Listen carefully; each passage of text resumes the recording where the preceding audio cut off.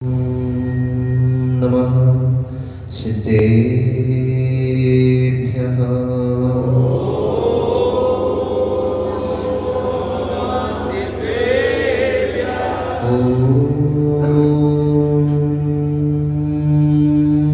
नमः सिद्धेभ्यः।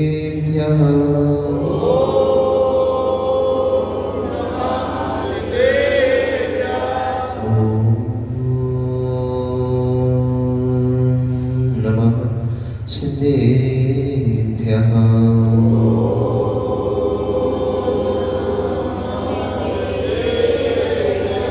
तव सिद्धेन सिद्धे संयम सिद्धे चरित्र सिद्धेया ऋणाणमिदर्शनमिया सिद्धे शिरसा नमस्सामि। नमो हरिहन्ताणं नमो सिद्धाणं नमो आय्याणं नमो वज्रायाणं नमो लोये सव्यसारणं। जय बोले अनंत अनंत परम सिद्ध परमेष्ठी भगवान की जय। बोले अनंत अनंत 24 तीर्थंकर भगवान की। आचार्य भगवंत कुंद कुंद देवी की। आचार्य भगवंत विराट सागर जी महामुनि राज की। परम पूजनीय चर्या श्रोमणी अध्यात्म योगी प्रवचन प्रवर्तक आचार्य भगवंत गुरुदेव श्री विशुद्ध सागर जी महामुनि राज की। अहिंसा मई विश्व जैन धर्म की। बोले परम पूज्य श्री पीताम्बर सागर जी गुरुदेव की। परम पूज्य श्री साक्षी सागर जी गुरुदेव की। जैन धर्म की। मनुष्य वर्तमान शासन नायक भगवान वर्धमान स्वामी के शासन काल में हम सभी बाबा जी भी हम विराजते हैं।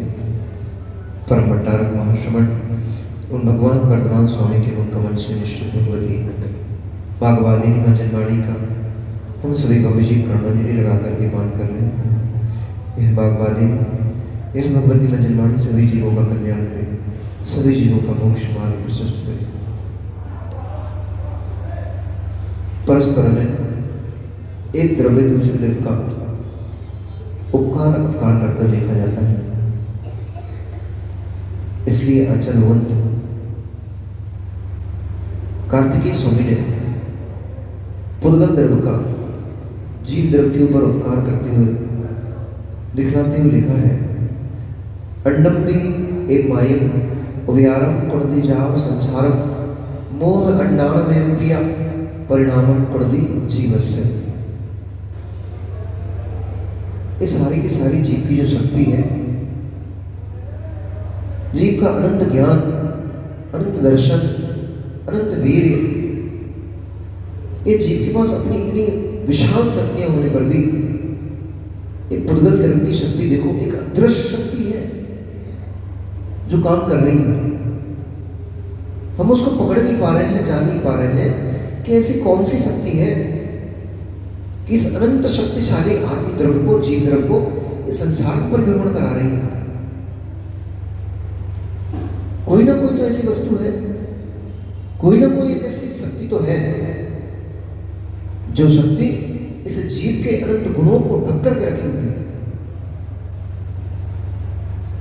ये पुद्गल कर्म देखने में तो बड़ा सामान्य है, परंतु बहुत शक्तिशाली है, बहुत शक्तिशाली है। वो पुद्गल कर्म पीताम्बर सागर जी, लाइट चली गई, लाइट पोत के देखो, लाइट चली गई, लाइट पोत के लिखे। उस पुद्गल ने समा के ऊपर प्रभाव डाल दिया। लाइट चली गई, वो पौधगलिक है, प्रकाश पौधगलिक है। उस पौधगलिक प्रकाश ने जीव के ऊपर प्रभाव डाल दिया। किसी की गाली पौधगलिक है, शब्द वर्गणा है।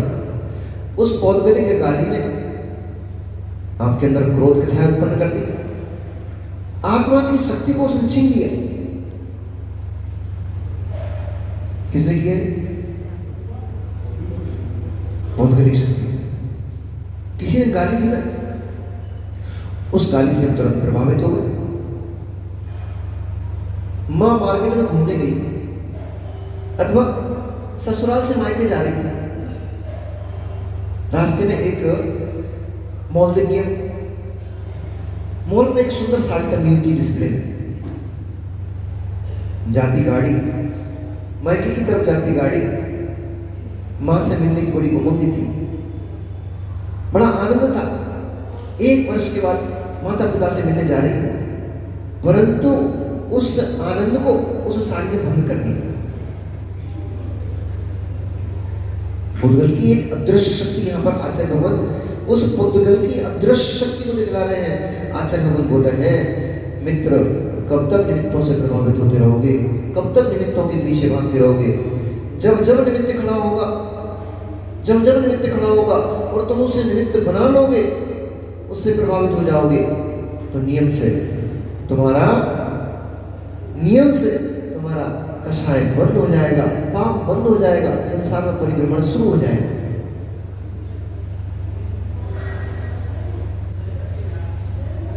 ये भी तो निमित्त प्रभावित कर रहा है आपको।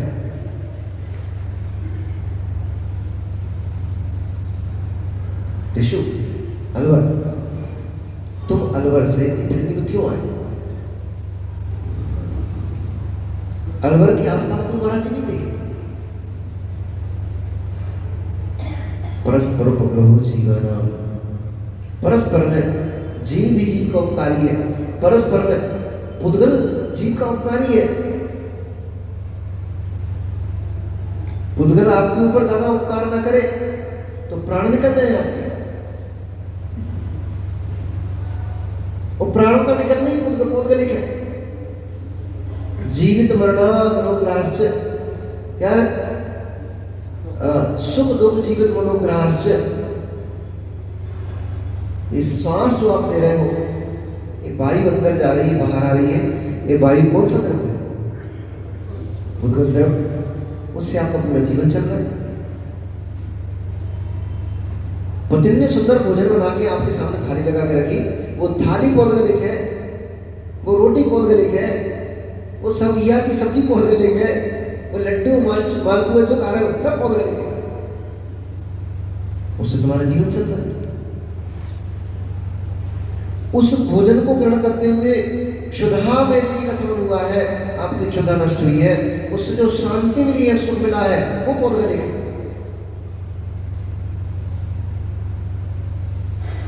किसी ने आपका अपकार कर दिया, प्रिय वस्तु, वो घड़ी रखी थी ना, अभी गिर गई,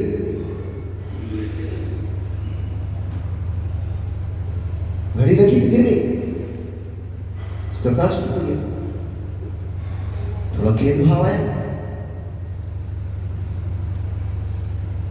वो तो हो जाएगी भैया ऋषि। बात उसकी नहीं है, बात इसकी है कि उसके गिरने से जीव प्रभावित हुआ कि नहीं हुआ? हो गया। खेद भाव आया, अरे मेरे निमित्त से उस घड़ी का प्रकाश टूट गया।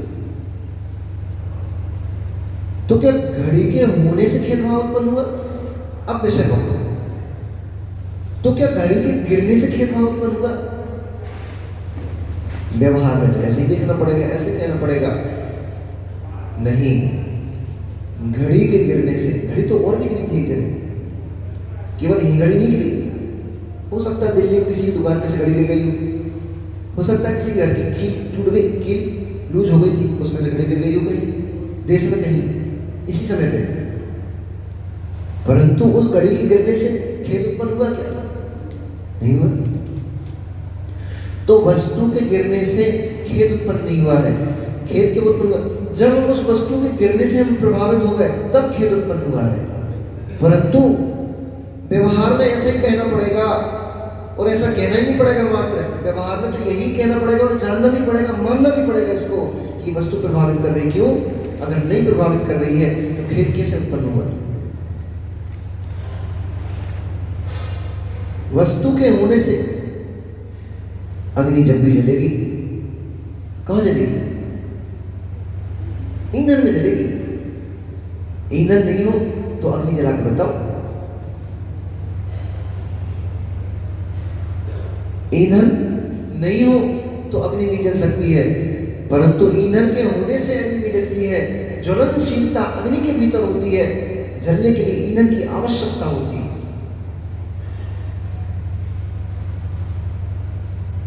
पार्श्वनाथ भगवान को केवल ज्ञान तभी क्यों हुआ, जैसे कमंड का उपसर्ग दूर हुआ तो भगवान को केवल ज्ञान हो गया। इतनी देर से उपसर्ग कर रहा था, तब क्यों नहीं हुआ?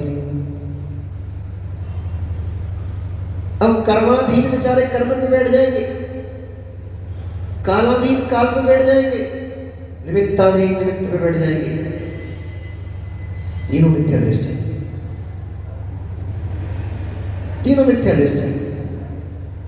जो निमित्ताधीन है वे कहेंगे निमित्त ऐसा था कि जब तक उनका उपसर्ग दूर नहीं करने के लिए कौन आए थे? धर्मेंद्र पद्मावती। तो जब तक धर्मेंद्र पद्मावती नहीं आए थे, निमित्त नहीं मिला था उस उपसर्ग के दूर होने को, तब तक भगवान के ध्यान की लीनता नहीं बनी। वैसे निमित्त आने पर, निमित्त के मिलने पर, निमित्त के मिलने पर वो उपसर्ग हट गया तो प्रभु की लीनता बन गई। तो जो निमित्ताधीन है वो निमित्त को ऊपर आरोपण कर रहा है, निमित्त मिलने के कारण से ऐसा हो गया। जो कालाधीन है वो कह रहा है काललब्धि नहीं आई थी, जैसी काललब्धि आई कार्य हो गया। कल कुछ भैया लोग ये बात कर रहे थे कमरे में, सब काम काललब्धि हो जाएगा ऋषि, सब कार्य काललब्धि को हो जाएगा। तो काललब्धि इतने अनंत कल्प काल व्यतीत हो गए, आज तक तो काललब्धि आई नहीं। क्यों नहीं आई? क्यों नहीं आई एक बार भी काललब्धि अभी तक? क्योंकि काललब्धि भी पुरुषार्थ से रहित नहीं होती है। निमित्ताधीन निमित्त पे आरोपण कर देते हैं, कर्माधीन कर्मों पे आरोपण कर देंगे। कर्म की विचित्रता ऐसी थी, सब कर्मों का खेला चल रहा है, क्या कर सकते हैं? ये अपने मन को शांत करने के लिए, अपने मन को शांत करने के लिए जब आपत्ति विपत्ति आई तो अपने आप को, भैया थोड़ी सी आवाज कम कर, पता लगी, आपत्ति विपत्ति आई तो अपने आप को, मन को, परिणामों को शांत करने के लिए हम सांत्वना दे देते हैं। सीता भी सांत्वना दे रही थी जंगल में बैठी बैठी, मेरे ही कर्म का विपाक है। हे कृतांत भक्त, रामचंद्र जी से जाकर कह देना आप शोक नहीं करना, इसमें आपका कोई दोष नहीं है, इसमें मेरे ही कर्मों का दोष है।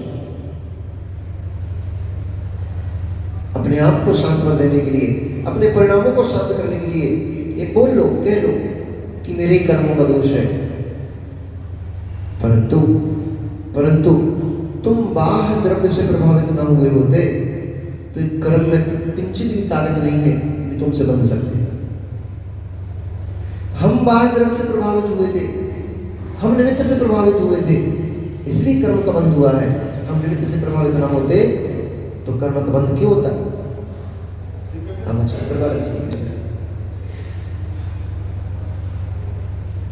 हम यदि निमित्त से प्रभावित ना होते तो कर्म की क्या ताकत थी? वो तो बंध ही नहीं सकता। कल मैंने पूछा था ना, माताओं से पूछ रहा था कि रोटी आटे से बनती है, पुरुषार्थ से बनती है। एक कार्य को संपन्न होने के लिए अनेक आवश्यक कार्य, अनेक निमित्त आवश्यक पड़ते हैं। एक कार्य के संपादन में अनेक वस्तुएं लगती हैं। केवल उपादान को लेकर के बैठ जाओगे तो भी कार्य संभव नहीं है। केवल निमित्त को लेकर बैठ जाओगे तो भी कार्य संभव नहीं है। समय को लेकर बैठ जाओगे तो भी कार्य संभव नहीं है। क्षेत्र को लेकर के बैठ जाओगे तो भी कार्य संभव नहीं है। अभी महाराज कार्य सुना रहे थे पांडव मुनिराजों की। एक क्षेत्र था, एक ही काल था, एक जैसी निमित्त था, सब कुछ एक जैसा होने पर 3 मुनिराज मोक्ष चले गए, 2 मुनिराज सर्वार्थ सिद्धि स्वर्ग में जाकर के बैठे। ऐसा क्यों हुआ?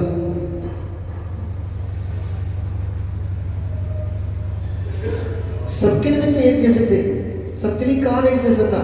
एक जैसे काल होने पर एक जैसा काल होने पर, एक जैसा क्षेत्र होने पर भी एक जैसा वेदन नहीं होता है।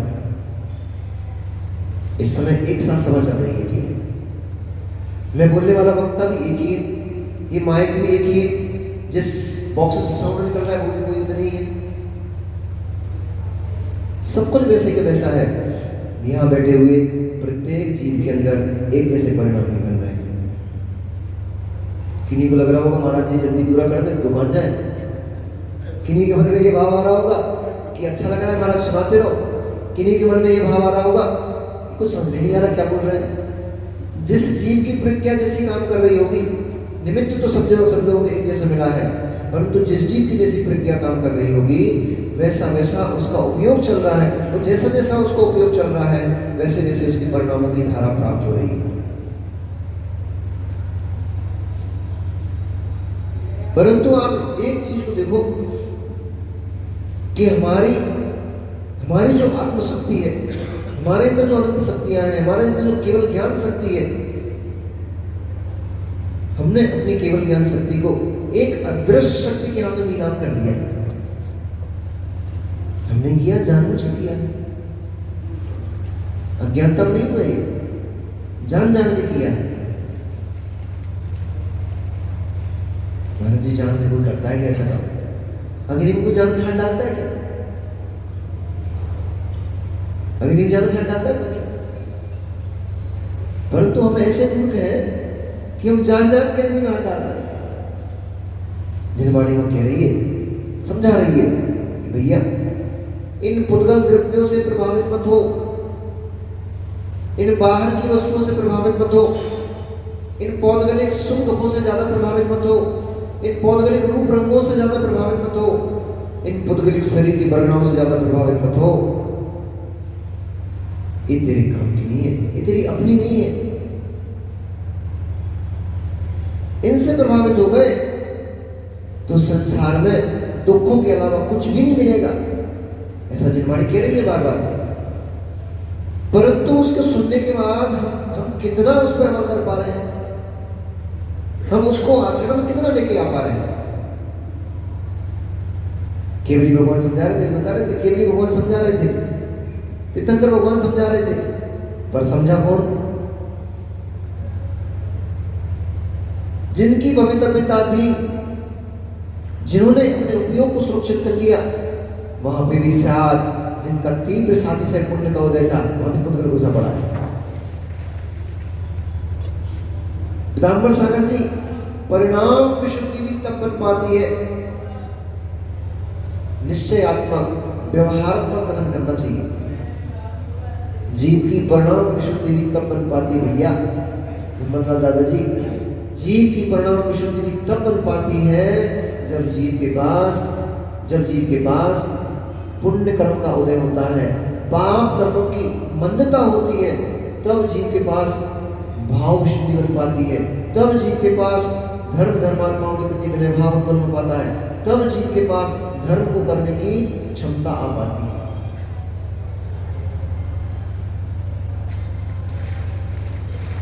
नहीं हो पाती। जिनके पास सातिशय गुण नहीं होता है, जिनके पास पाप कर्म का क्षयोपशम नहीं होता है, आवरणीय कर्मों का जब तक क्षयोपशम नहीं होता है तब तक जीव का काम ही नहीं करता है, और यदि वो करना भी चाहे तो उसको निमित्त नहीं मिलता। एक दूरान दूर नाम का भव्य जीव होता है, भव्य है, और भव्य किसको कहते हैं? जिसमें सम्यक दर्शन प्राप्त करने की योग्यता होती है, जो सम्यक दर्शन प्राप्त कर सकता है, जो मोक्ष जाने की योग्यता रखता है, वो भव्य कहलाता है। उसके भीतर जो दूरान दूर भव्य है, आप लोगों ने पढ़ा भी होगा, दूरान दूर भव्य जीव है, वह मोक्ष जाने की सामर्थ्य रखता है, परंतु उसको निमित्त नहीं मिल रहा है। ऐसा एक अभव्य जीव होता है, उसको कितने निमित्त मिले वो सीखेगा ही नहीं। उसको बोला ठुर्रा मुख की तरह, ठुर्रा मुख बोलते ना कि जो कितने भी पानी में उबालो उसको वो सीखती नहीं है, वो वैसी रहती है, ठुर्रा की ठुर्रा। एक मुंह होती है, उबालने पर सीख जाती है, पक जाती है, उसमें पाक सकती है, फुर्रा मुंह में अपाक शक्ति है। क्यों है? क्योंकि वो ऐसी है। दृष्टांत दिया कि जैसे एक विधवा स्त्री और एक बांझ स्त्री, जो अभव्य है वो बांझ स्त्री के समान है। उसको कितना भी पति का संयोग मिल जाए परंतु वो कभी मां नहीं बनेगी। क्यों? क्योंकि उसके अंदर मां बनने की उपादान योग्यता ही नहीं है, उसके अंदर शक्ति नहीं है। मां बनने की उसके अंदर शक्ति नहीं है, वो कभी नहीं सींच पाएगी। परंतु एक विधवा स्त्री है जिसके पति का वियोग हो गया है, ऐसी पति पत्नी योग्यता तो पुत्र जन्म की है उसके अंदर, वो संतान को जन्म दे सकती है, परंतु कभी दे पाएगी क्या? शीलवंती होगी तो कभी नहीं दे पाएगी। क्यों? क्यों नहीं दे पा रही? उसके भीतर शक्ति है संतान उत्पत्ति की, परंतु पति का वियोग हो गया। अब जीवन में कभी उसको पति का संयोग नहीं मिलेगा, जब तक पति का संयोग नहीं मिलेगा तब तक संतान की उत्पत्ति नहीं हो सकती। जो दूरान दुर्भम जीव है उसको बांझ स्त्री के, उसको विधवा स्त्री के समान कहा है, उसको निमित्त नहीं मिल रहा। अब देखो कि ये पौद्गलिक निमित्तों की कितनी आवश्यकता होती है किसी कार्य को संपन्न करने में, किसी कार्य को पूर्ण करने के लिए इन पौद्गलिक द्रव्यों की कितनी आवश्यकता होती है। एक द्रव्य दूसरे द्रव्य पर प्रभाव डालता है, एक द्रव्य दूसरे द्रव्य पर सहयोगी होता है। काल द्रव्य नहीं होगा तो मोक्ष नहीं हो सकता। चतुर्थ काल में ही मोक्ष होता है। 6 काल किए, काल के 6 वेद किए, सुषमा सुषमा सुषमा सुषमा दुष्मा दुष्मा सुषमा दुष्मा दुष्मा दुष्मा। इनमें सुषमा सुषमा काल में उत्तम बहुभूमि मोक्ष नहीं होगा। करो पुरुषार्थ, करो पुरुषार्थ कितना करना है। सुषमा काल में मोक्ष नहीं होगा, मध्यम बहुभूमि, जघन्य बहुभूमि, सुषमा दुष्मा काल, वहां पे भी मोक्ष नहीं होगा। कर्म भूमि से मोक्ष होता है। अब बात को मत पकड़ना, मालूम तो तुम क्या बोलने वाले। हमें पता है जैसे ऋषि हमारे चेहरा पढ़ लेते हैं, ये आदिनाथ भगवान को मोक्ष करा रहे थे, ठीक। कर्म भूमि के प्रारंभिक काल में हुआ है, कर्म भूमि प्रारंभ होने वाली थी। ये काल दोष कह लो, अपवाद कह लो, हुंडा अपसर्पणी काल दोष, ये अपवाद है कि इसमें भगवान आदिनाथ स्वामी को कर्म भूमि प्रारंभ होने से, यानी कर्म भूमि तो प्रारंभ हो गई थी, चतुर्थ काल प्रारंभ होने से पहले ही, क्योंकि कल्प वृक्षों का कार्य समाप्त हो गया था जब भगवान मोक्ष गए थे उस समय। 80 आदि कर्मों के द्वारा ही लोगों को अपने पेट पालन आदि का कार्य होने लग गया था, तो कर्म भूमि तो प्रारंभ हो गई थी, चौथा काल प्रारंभ नहीं हुआ था।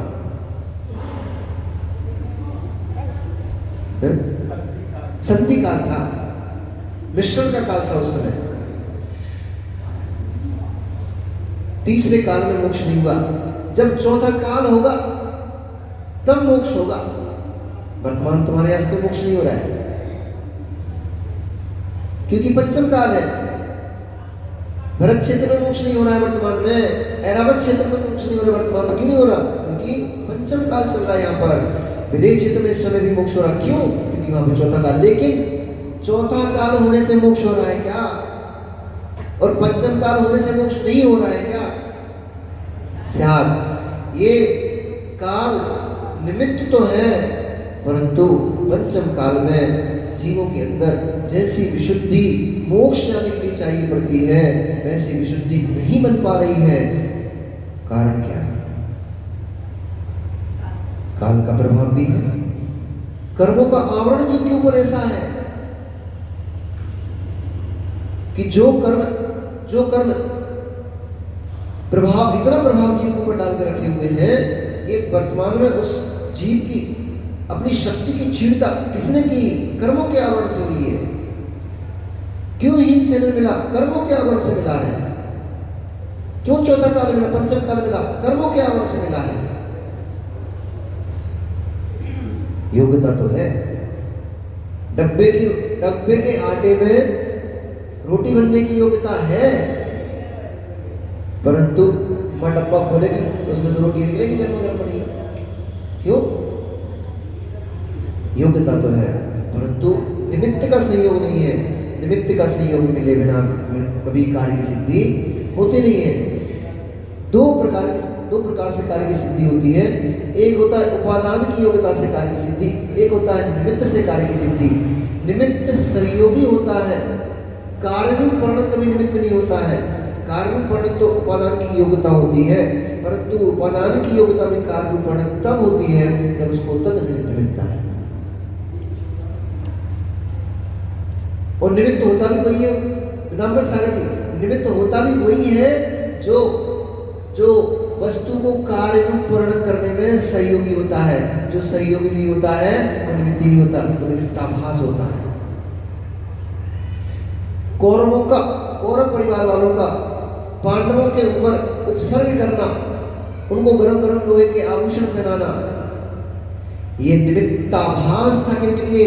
युधिष्ठिर के लिए, अर्जुन के लिए, भीम के लिए निमित्ताभास था, क्योंकि उनके ऊपर प्रभाव नहीं कर रहा था। वे अपनी भाव की शक्ति को ऐसा संभाल कर रखे हुए थे कि वो उपसर्ग होने पर भी वो उसको उपसर्ग ही नहीं ले रहे थे। वो तो अपनी आत्मा के चित्तों में, अपनी आत्मा में आत्मस्थ होकर के इतने लीन हो गए थे कि उन्होंने केवल ज्ञान प्राप्त कर लिया। परंतु उस आभूषण से अथवा उस दृश्य से नकुल सहदेव प्रभावित हो गए, उनके लिए निमित्त बन गया वही बेही आभूषण। एक भाई के लिए निमित्ताभास थे और बेही आभूषण एक भाई के लिए निमित्त का काम करने लगे। परंतु फिर भी मानना तो पड़ेगा, इस अदृश्य पौद्गलिक शक्ति को मानना तो पड़ेगा। ध्यान में आरूढ़ हुए थे, एक ने चपक श्रेणी चढ़ी और एक ने उपसम श्रेणी चढ़ी, दो ने उपसम श्रेणी चढ़ी, तीन ने चपक श्रेणी चढ़ी। निमित्ताभासी निमित्त के ऊपर आरोपण करेंगे, निमित्त ऐसा था। कालाभासी काल पर आरोपण करेंगे, काल का ऐसे ही काल का वर्णन था। और जो लोग तीसरे कौन होते? काल लब्धि समय, काल लब्धि वाले कहेंगे काल लब्धि उनकी आ गई थी, इनकी नहीं आई थी। न काल लब्धि आ गई थी, न निमित्त था, सब थे। सब होने पर भी मुख्य जो है उसका नाम है भाव विशुद्धि। सब होने पर भी भाव विशुद्धि, तीन पांडवों ने भाव विशुद्धि बनाते हुए अपने परिणामों को सुरक्षित कर लिया। उन पर वह पौद्गलिक द्रव्य असर नहीं कर पाए,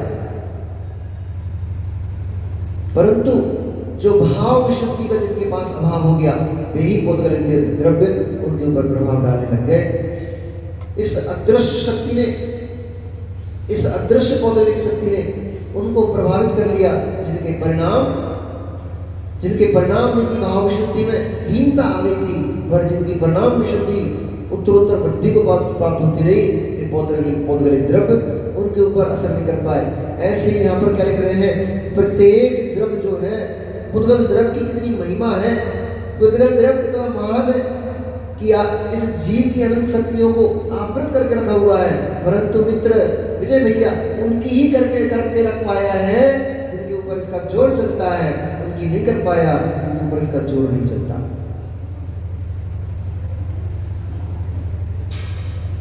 आप भी बैठे हो और आपके सामने मुनिराज भी बैठे हैं, आप सब लोग कोई बैठे हो और आपके सामने मुनिराज भी बैठे हैं। उपसम जिस जीव का जैसा था वैसा कार्य हुआ है ना।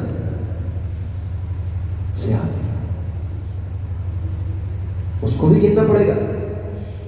कर्मों की मंदता में ही मंद परिणाम बने। कर्मों की मंदता में ही ये निर्णय हो पाए।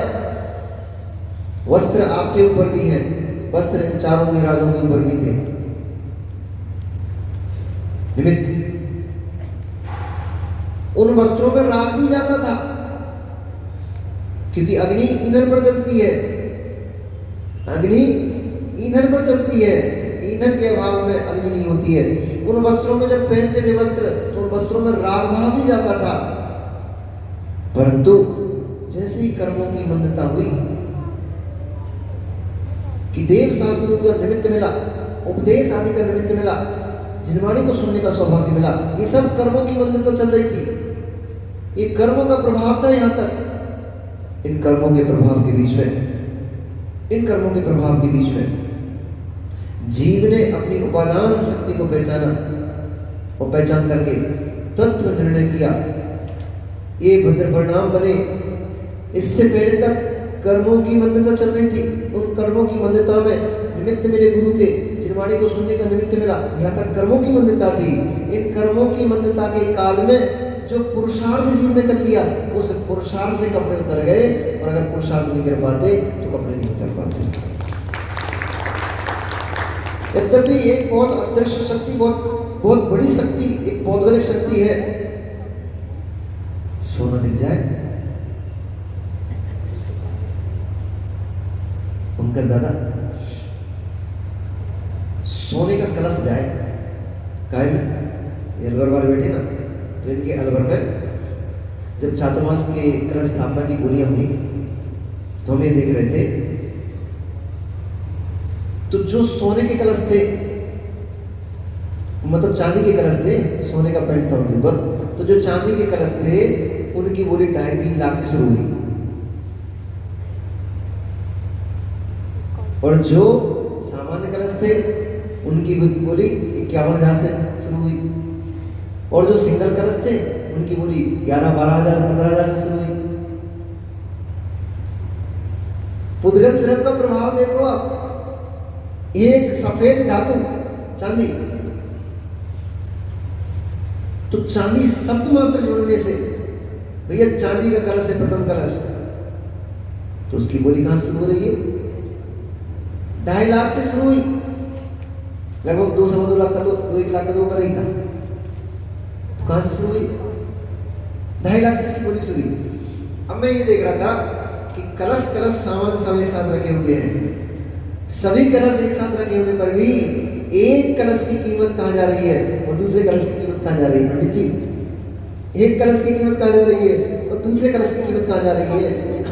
ये पुद्गल का प्रभाव, जीव की भाव शक्ति के ऊपर पुद्गल द्रव्य का प्रभाव देखो। एक सफेद द्रव्य है पुद्गल, वो भी पुद्गल है।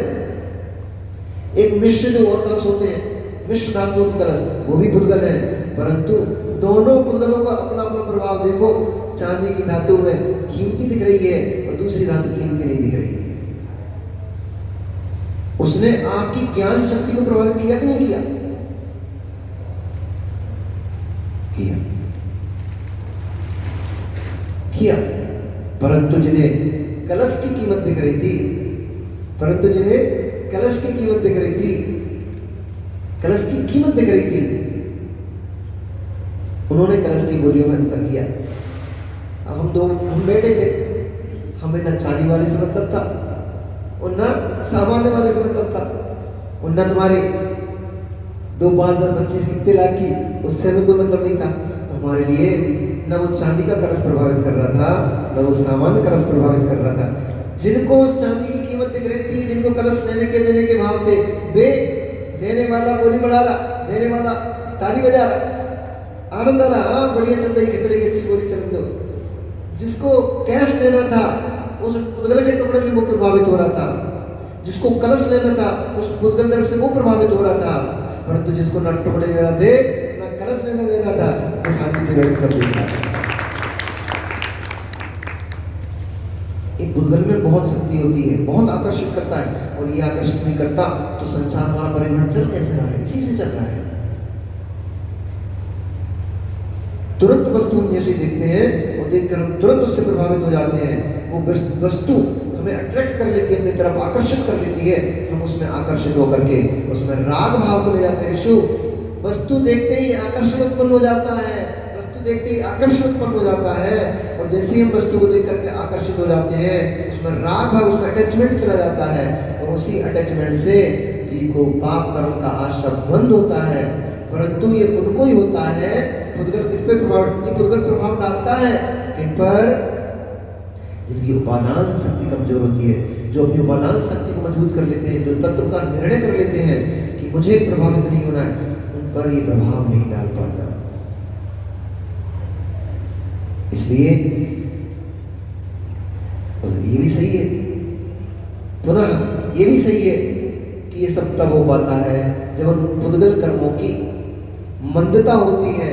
उन कर्म, जो पुद्गल कर्म है, उन कर्मों के उदय काल की जब मंदता होती है, तभी ये काम बन पाता है, तभी उपादान शक्ति काम कर पाती है।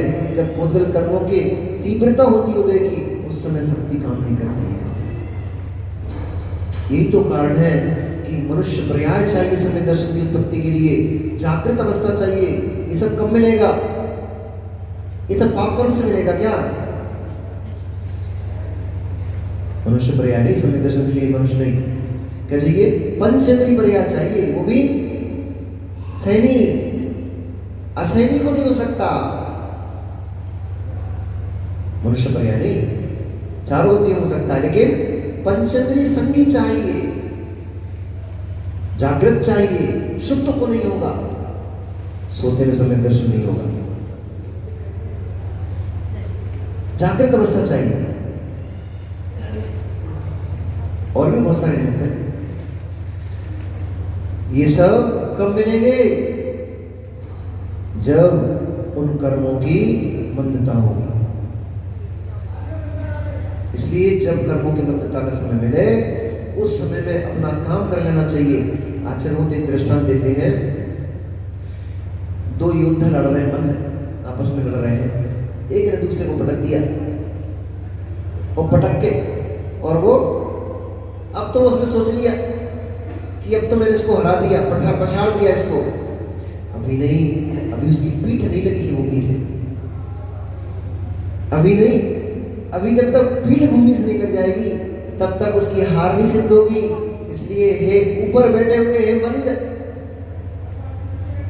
ऊपर बैठे हुए योद्धा, तू अपनी जीत को मान करके और अपने शरीर को ढीला मत कर। उसने जैसे ही ये सोचा, अब तो ये गया, और उसने अपने शरीर को जैसे थोड़ा ढीला किया, नीचे वाले ने तुरंत बाजी मार दी, उसने पलट करके उसको नीचे कर दिया, खुद ऊपर। उसने वो गलती नहीं की, उसने जब तक उसकी पीठ जमीन से नहीं लगा दी तब तक उसने हार नहीं मानी, जीत नहीं मानी। इसलिए ये कर्मों का क्षय सब मिला है, ये काल लब्धि मिली हुई है, सब मिला है, तुम्हें मिला है। इतना मान करके मत बैठ जाओ कि हम तो बस मंदिर आ गए, भगवान के दर्शन करके चले जाते हैं, इतने में काम नहीं बनेगा। कहीं कर्म का मल्ल फिर से पलट गया, अभी थोड़ा सा नीचे दबाया वो, अभी आप उसके ऊपर आप अभी पीठ नहीं लगी उसकी, और कहीं वो पलट गया, तो फिर पता नहीं कहाँ ले जाके पटकेगा, निगोद में ले जाएगा, नरक में ले जाएगा, कहाँ ले जाके पटक देगा। इसलिए इतने से संतुष्ट मत हो जाना कि हमने तो हाँ मनुष्य पर्याय पाली, जैन को पाली, खत्म कहानी नहीं। अभी बहुत पुरुषार्थ करना बाकी है। अभी मंदता के काल में, अपनी मंदता के काल में, कर्मों की मंदता के काल में ये पुरुषार्थ का समय है। इस समय कर लो जितना पुरुषार्थ करना है। यदि इस समय पुरुषार्थ कर लिया तो तुम्हारी विजय हो गई, और इस समय तुमने शरीर को ढीला छोड़ दिया तो गई है इस पानी में। इसलिए विजय भैया, सुकाल मिला है, सुयोग्य स्थान मिला है, सुयोग्य निमित्त मिले हुए हैं। इस काल में निर्णय कर लो, ऐसा बार बार नहीं मिलेगा। फिर कभी मिलेगा ये भी कोई गारंटी नहीं है, फिर कभी मिलेगा इसकी भी कोई गारंटी नहीं है। काल तो होगा, ऐसे निमित्त भी तैयार होंगे, किनके लिए? लोगों के लिए।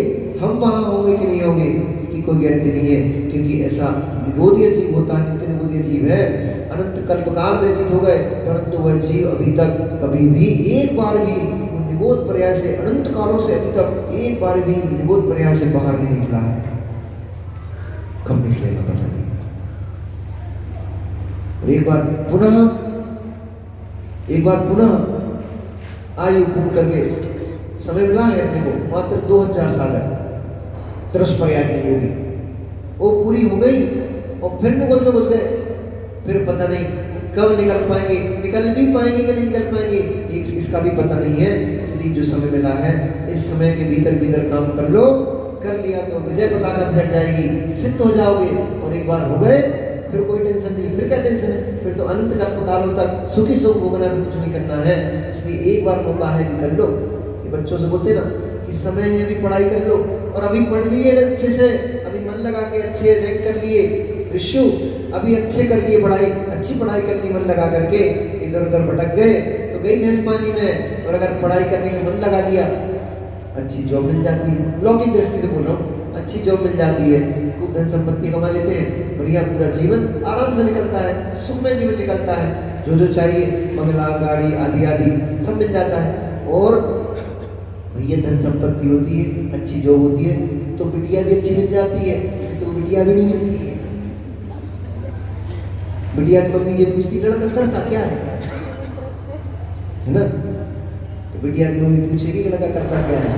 इसलिए अभी समय है, कुछ करने का समय है, इसमें कुछ कर लोगे तो कुछ बन जाओगे।